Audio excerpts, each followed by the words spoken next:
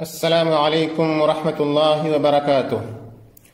الحمد للہ علی احسانہ والشکر لہ علی توفیقہ وامتنانہ والصلاة والسلام علی رسولہ اما بعد۔ سامعین کرام، آج کی مجلس میں آپ حضرات کے سامنے سورۃ الماعون کی مختصر تفسیر بیان کرنے کی کوشش کریں گے انشاءاللہ۔ ساتھیو، سورہ ماعون مکی ہے اور اس میں کل 7 آیتیں ہیں۔ اللہ رب العالمین نے ارشاد فرمایا، ارأیت الذی یکذب بالدین، اے نبی صلی اللہ علیہ وسلم، کیا آپ نے اس شخص کو دیکھا جو حساب و کتاب کو، جو جزا اور سزا کو جھٹلاتا ہے؟ فذلک الذی یدعو الیتیم، یہی وہ شخص ہے جو یتیم کو دھکے دیتا ہے۔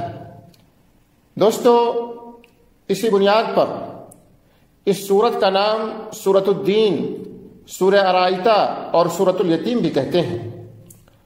ولا یحض علی طعام المسکین، اور مسکین کو کھانا کھلانے کی ترغیب نہیں دیتا۔ فویل للمصلین، چنانچہ تباہی ہے ان نمازیوں کے لیے، الذین هم عن صلاتهم ساہون، جو اپنی نماز سے غفلت برتتے ہیں۔ الذین هم یراؤون، اور جو دکھاوا کرتے ہیں۔ ویمنعون الماعون، اور لوگوں کو استعمال کی معمولی چیزیں بھی دینے سے انکار کرتے ہیں۔ اللہ رب العالمین نے اس سورت کے اندر محمد رسول اللہ صلی اللہ علیہ وسلم کو مخاطب کر کے ارشاد فرمایا کہ اے محمد صلی اللہ علیہ وسلم، بھلا آپ نے اس شخص کو دیکھا ہے جو روز جزا کو جھٹلاتا ہے۔ یکذب بالدین، دین سے مراد یہاں پر آخرت، جزا اور ثواب ہے، اور یہاں ارائیتا کا معنی دراصل معرفت کے معنی میں ہے، یعنی کیا آپ اس شخص کو جانتے ہیں؟ یا بعض لوگوں نے، بعض مفسرین نے بیان کیا کہ مطلب یہ ہے کہ کیا تم نے اس شخص کو پہچانا جو روز جزا کو جھٹلاتا ہے؟ کیا آیا وہ اپنی بات کے اندر صحیح ہے یا غلط؟ کہا فذلک الذی یدعو الیتیم، یہ وہی شخص ہے جو یتیموں کو دھکے دیتا ہے، یعنی جو شخص روز جزا پر، قیامت کے دن پر ایمان نہیں رکھتا ہے، وہ یتیموں کے پر سختی کرتا ہے، ان کی حق تلفی کرتا ہے، اور ولا یحض علی طعام المسکین، اور مسکینوں کو کھانا کھلانے کی ترغیب نہیں دیتا۔ اور اللہ رب العالمین نے دوسری جگہ ارشاد فرمایا، کلا بل لا تکرمون الیتیم ولا تحاضون علی طعام المسکین، ہرگز نہیں، بلکہ تم یتیم کی عزت نہیں کرتے اور تم آپس میں مسکین کو کھانا کھلانے کی ترغیب نہیں دیتے ہو۔ مسکین سے مراد کون لوگ ہیں؟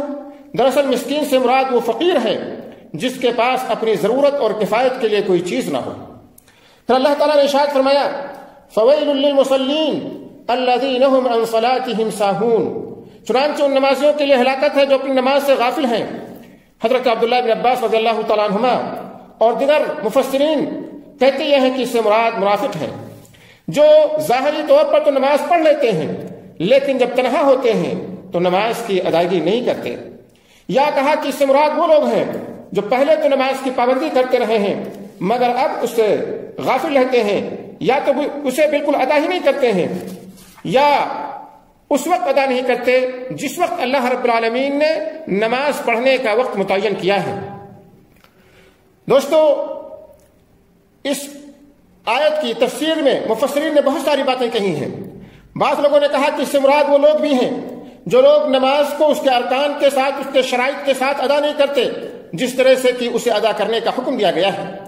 اور اسی طرح سے ایک تفسیر یہ بیان کی گئی ہے کہ جو لوگ خشوع اور خضوع کے ساتھ اور اس کے معنی پر تدبر کے ساتھ نماز ادا نہیں کرتے، دیکھا جائے تو یہ آیت کریمہ ان تمام معانی پر مشتمل ہے، اور یہ دراصل منافقوں کی صفت ہے کہ منافقین اپنی نماز کو پہلی بات تو یہ کہ وقت سے ادا نہیں کرتے ہیں، اور اگر پڑھتے بھی ہیں تو نماز کے اندر غفلت اور سستی اور لاپرواہی برتتے ہیں، جیسا کہ صحیح بخاری اور صحیح مسلم کی ایک حدیث میں ہے کہ تلک صلاۃ المنافق تلك صلاة المنافق تلك صلاة المنافق يجلس يرقب الشمس حتى إذا كانت بين قرني الشيطان قام فنقر 4 لا يذكر الله فيها إلا قليلا.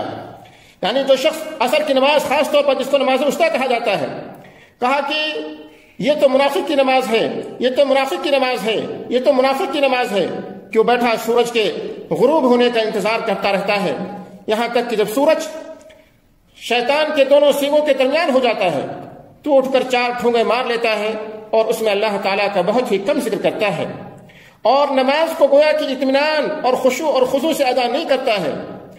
اس لیے دوستو، ایسے لوگوں کے بارے میں اللہ تعالیٰ نے قرآن مجید میں ارشاد فرمایا ان المنافقین یخادعون اللہ وهو خادعهم واذا قاموا الى الصلاة قاموا كسالى يراؤون الناس ولا يذكرون الله الا قليلا. بے شک منافقین یہ اللہ کو دھوکہ دیتے ہیں حالانکہ وہ انہیں دھوکہ دینے والا ہے، اور جب وہ نماز کے لیے کھڑے ہوتے ہیں تو سست ہو کر لوگوں کو دکھلانے کے لیے کھڑے ہوتے ہیں، اور وہ اللہ کو یاد نہیں کرتے ہیں مگر بہت ہی کم. الذین هم یراؤون، اور جو دکھاوا کرتے ہیں، یعنی جو لوگ دکھلانے کے لیے عبادتیں کرتے ہیں یا لوگوں کو دکھلانے کے لیے نمازیں پڑھتے ہیں.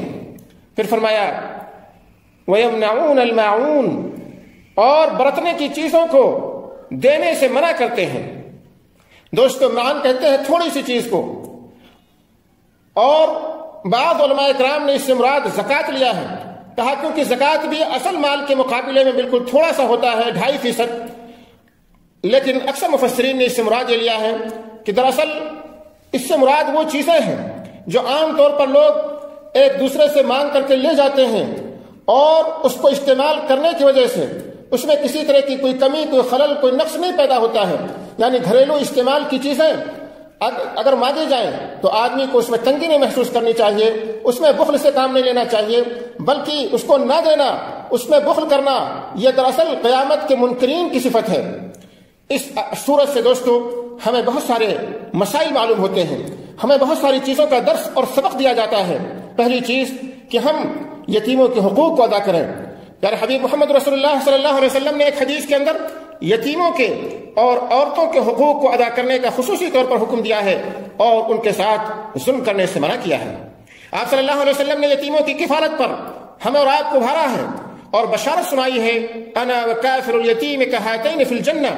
کہا میں اور یتیم کی پرورش کرنے والے دونوں جنت میں اسی طرح سے ہوں گے.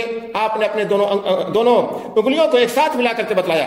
یعنی نبی اکرم صلی اللہ علیہ وسلم سے اگر آپ قربت چاہتے ہیں، جنت میں نبی اکرم صلی اللہ علیہ وسلم کی رفاقت چاہتے ہیں، تو یتیموں کی پرورش کریں.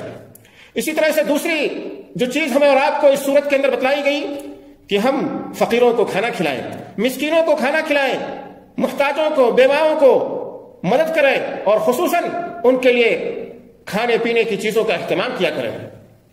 تیسری چیز کہا کہ ریاکاری سے، دکھلانے سے بچو.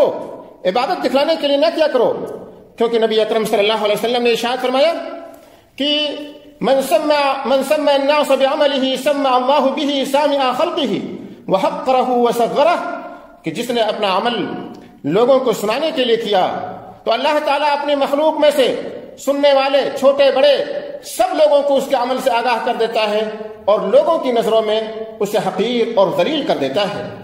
اسی طرح سے دوستو پیارے حبیب محمد رسول اللہ صلی اللہ علیہ وسلم نے ارشاد فرمایا ان اخوف ما اخاف علیکم الشرک الاصغر، مجھے بھی جس چیز کے بارے میں سب سے زیادہ ڈر ہے کہ جس کے اندر تم مبتلا ہو جاؤ گے وہ شرک اصغر ہے. صحابہ کرام نے پوچھا کہ شرک اصغر کیا ہے؟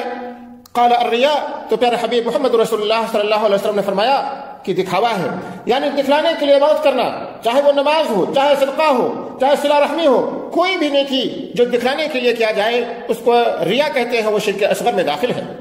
چوتھی چیز اس صورت کے ذریعے سے ہمیں اور آپ کو یہ بتلایا گیا ہے کہ ہم خاص طور پر نمازوں کے اندر پاکی کا اہتمام کریں، نمازوں کو ان کے ارکان کے ساتھ اور شرائط کے ساتھ ادا کریں، نمازوں کو خشوع اور خضوع کے ساتھ ادا کریں، نمازوں کے اندر زیادہ سے زیادہ اللہ رب العالمین کا ذکر و اذکار کریں، اور مسلمانوں کی ساتھ جماعت کے ساتھ مسجدوں میں نماز پڑھنے کا اہتمام کریں، اور اسی طرح سے نماز کے اندر کسی بھی طرح سے لاپرواہی کا مظاہرہ نہ کریں.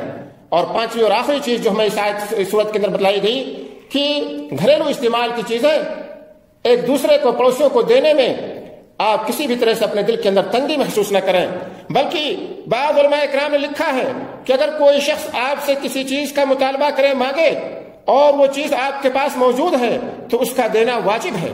کیوں؟ کیونکہ کہتے ہیں کہ اگر واجب نہ ہوتا تو اللہ رب العالمین اس پر لوگوں کی ملامت نہیں کرتا، اور ملامت یا مذمت اسی کام پر کی جاتی ہے جو چیز واجب ہو، جس کے نہ کرنے پر یا جس کے نہ کرنے پر گناہ ملتا ہو۔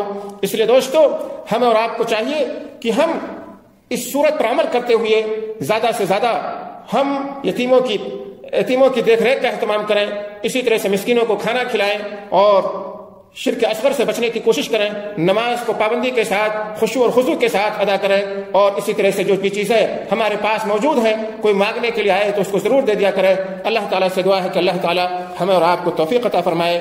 آمین۔ وآخر دعوانا ان الحمد للہ رب العالمین۔